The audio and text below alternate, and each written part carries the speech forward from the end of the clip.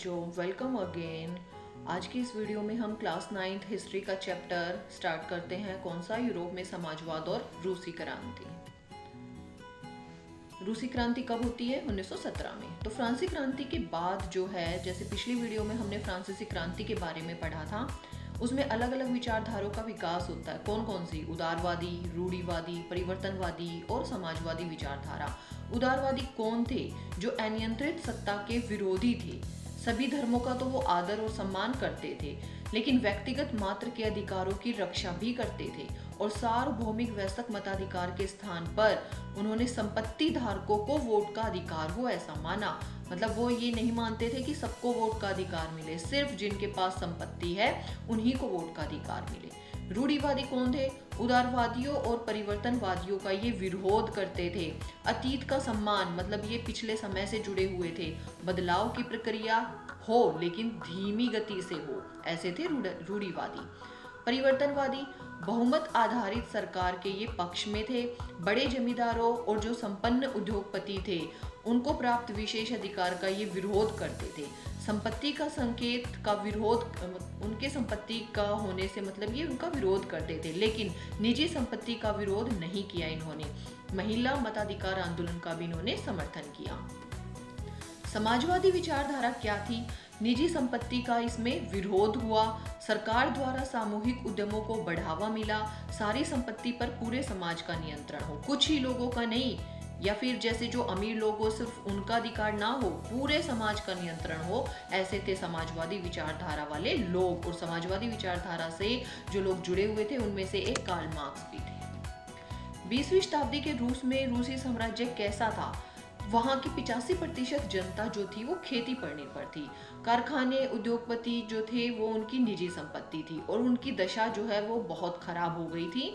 यहाँ के किसान जमीन जो है वो मीर, जो उनका मालिक होता था जमीन का, जिसको क्यूमन भी बोलते थे, उसको सौंप देते थे और फिर वह उनकी परिवार की जरूरतों के हिसाब से किसानों को जमीन बांट देता था। रूस में किसका शासन था? रूस में जो है एक निरंकुश राजा, जार जिसको बोला गया, जार निकोलस, तो उसका शासन था।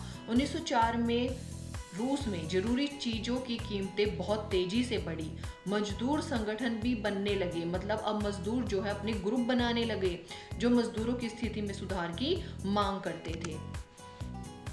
कार्ल मार्क्स, अभी पीछे जैसे बताया, कार्ल मार्क्स जो है वो समाजवादी व्यवस्था का समर्थक था। उसने खुद को पूंजीवादी शोषण से मुक्त बनाने के लिए, मतलब वो पूंजीवादी के खिलाफ था, तो उस शोषण से वो मुक्त करने के लिए उसने कहा कि मजदूरों को एक अत्यंत अलग किस्म का समाज बनाना पड़ेगा। उसने भविष्य के समाज को साम्यवादी समाज का नाम भी दिया। मार्क्स के विचारों को मानने वाले समाजवादियों ने 1898 में एक पार्टी बनाई। उस पार्टी का नाम Russian social democratic workers party, जिसको हिंदी में रूसी सामाजिक लोकतांत्रिक श्रमिक पार्टी बोला गया। उसने मजदूरों को संगठित किया। किसने? कार्ल मार्क्स ने। और हड़ताल करने के लिए आयोजन किए। इस पार्टी ने किसानों के अधिकारों के लिए संघर्ष भी किया और मांग की कि सामंतों के कब्जे, मतलब जो जमीन को कब्जा लेते थे, तो सामंतों के कब्जों में जो जमीन थी वो फौरन किसानों को वापस लौटा दी जाए। जब रूस जापान से हार जाता है तो 1905 में जार का विरोध और अधिक बढ़ जाता है। मतलब जो वहाँ की जनता होती है, हारने के बाद वो जार की जो है विरोधी बन जाती है। 1905 में रूसी श्रमिकों का एक ग्रुप जार को ज्ञापन सौंपने के लिए निकला, लेकिन सेंट पीटर्सबर्ग में जब वो पहुंचे तो उन पर गोलियां चला दी गई। ऐसा होने से जार के खिलाफ प्रदर्शन और अधिक बढ़ गया, मतलब जनता जो है अब और खिलाफ हो गई। जार निकोलस को समझौता करने के लिए अब विवश यानी मजबूर होना पड़ा और अक्टूबर घोषणा पत्र उसने तैयार किया, जिसमें एक निर्वाचित संस्था को शामिल करने की बात कही गई। और इस घटना में बहुत सारे लोगों की हत्या भी हुई, इसीलिए इस घटना को खूनी रविवार के नाम से जाना गया। यह घटना 1905 में हुई। महान बोल्शेविक नेता 1917 में रूस लौटे। जब ये बोल्शेविक नेता लौटते हैं तो वहाँ जो करेंसिक होता है उसको भी जो है अपना शासन छोड़ना पड़ता है। तो बोल्शेविक नेता जो है ये 3 मांगे करता है, जिनको अप्रैल थीसिस बोला गया। इस अप्रैल थीसिस में क्या क्या था?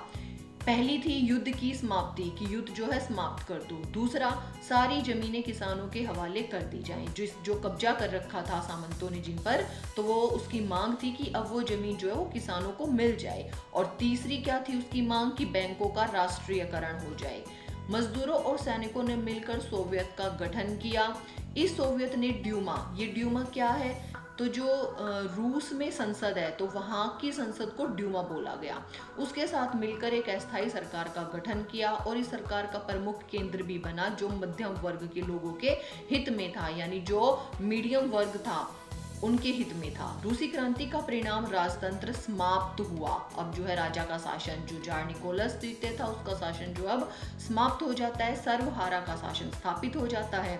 रूस द्वारा पूंजीवाद व उपनिवेशवाद के स्वाभाविक विरोध के कारण अब जो है उसको शोषण से मुक्ति का अग्रदूत भी समझा गया। अक्टूबर की क्रांति, अक्टूबर 1917 की क्रांति में क्या है, तो मार्च 1917 तक आते आते जनता की दशा जो है वो और भी ज्यादा खराब हो गई। उनके पास ना तो पहनने के कपड़े थे, ना खाने को अनाज था। वो भूखे और ठंड से ठिठुरते हुए सड़कों पर इधर उधर घूमते रहते थे। रोटी की दुकानों पर रोटियों के ढेर लगे पड़े रहते थे, लेकिन लोगों के पास पैसा नहीं था तो वो उनको खरीद भी नहीं सकते थे। भूखी जनता अब अपने आप को नियंत्रण में भी नहीं रख पाई, तो उन्होंने लूटपाट जो है आरंभ कर दी। अब ये सब देखकर सरकार जो है अपनी सेना को क्या आदेश देती है कि गोली चलाना शुरू कर दो। लेकिन जो सैनिक होते हैं वो गोलियां नहीं चलाते। क्यों नहीं चलाते? क्योंकि अब जनता के प्रति उनकी भी सहानुभूति बढ़ जाती है। अब उन सैनिकों में भी क्रांति की भावना जाग जाती है ये सब देखकर। तो जार को अब अपना अंत जो है वो नजदीक दिखने लगा, और धीरे धीरे ऐसे होते होते जो रूस से राजतंत्र है वो खत्म हो जाता है। प्रथम विश्व युद्ध कब हुआ? 1914 से शुरू होता है और 1918 तक चलता है। इसमें दो ग्रुप, यानी एक केंद्र शक्ति और एक मित्र शक्ति, मित्र राष्ट्र। तो केंद्र शक्ति में कौन कौन था? जर्मनी, ऑस्ट्रिया और तुर्की। और मित्र राष्ट्र कौन कौन थे? फ्रांस, ब्रिटेन और रूस। इन सभी देशों के पास विशाल साम्राज्य थे, इसलिए यूरोप के साथ साथ ये युद्ध जो था वो यूरोप के बाहर के देशों में भी फैल गया, और इसलिए इसे पहला विश्व युद्ध कहा जाता है। इस युद्ध को शुरू में रूसियों का समर्थन मिला, लेकिन जैसे जैसे युद्ध लंबा चलता गया तो रूस को जो है उसने अपनी संसद से सलाह लेना छोड़ दिया। अब जब उसने सलाह लेना छोड़ दिया तो जनता का समर्थन कम हो गया, और ऐसे में लोगों ने सेंट पीटर्सबर्ग का नाम बदलकर जो है पेट्रोग्राद रख दिया। क्यों? क्योंकि ये जो है एक जर्मनी नाम था। 1917 तक आते आते क्या होता है, वहां पर बहुत सारे लोग मारे जा चुके, करीबन 70 लाख लोग जो है वो मारे जा चुके। तो ये सब देखकर रूसी जो सेना है वो पीछे हट जाती है। इसके बाद गृह युद्ध होता है। क्रांति के बाद जब 1917 में रूसी क्रांति होती है तो उसके बाद रूस का जो समाज है वो 3 समूहों में बंट जाता है, बोल्शेविक, सामाजिक क्रांति और जार समर्थक, और इनके बीच में अब जो है वो गृह युद्ध छिड़ जाता है। तो ये था रूसी क्रांति वाला चैप्टर जो हमने देखा। इस प्रकार की और वीडियोस देखने के लिए चैनल से जुड़े रहिए। चैनल को लाइक, शेयर एंड सब्सक्राइब करना ना भूले। Thank you.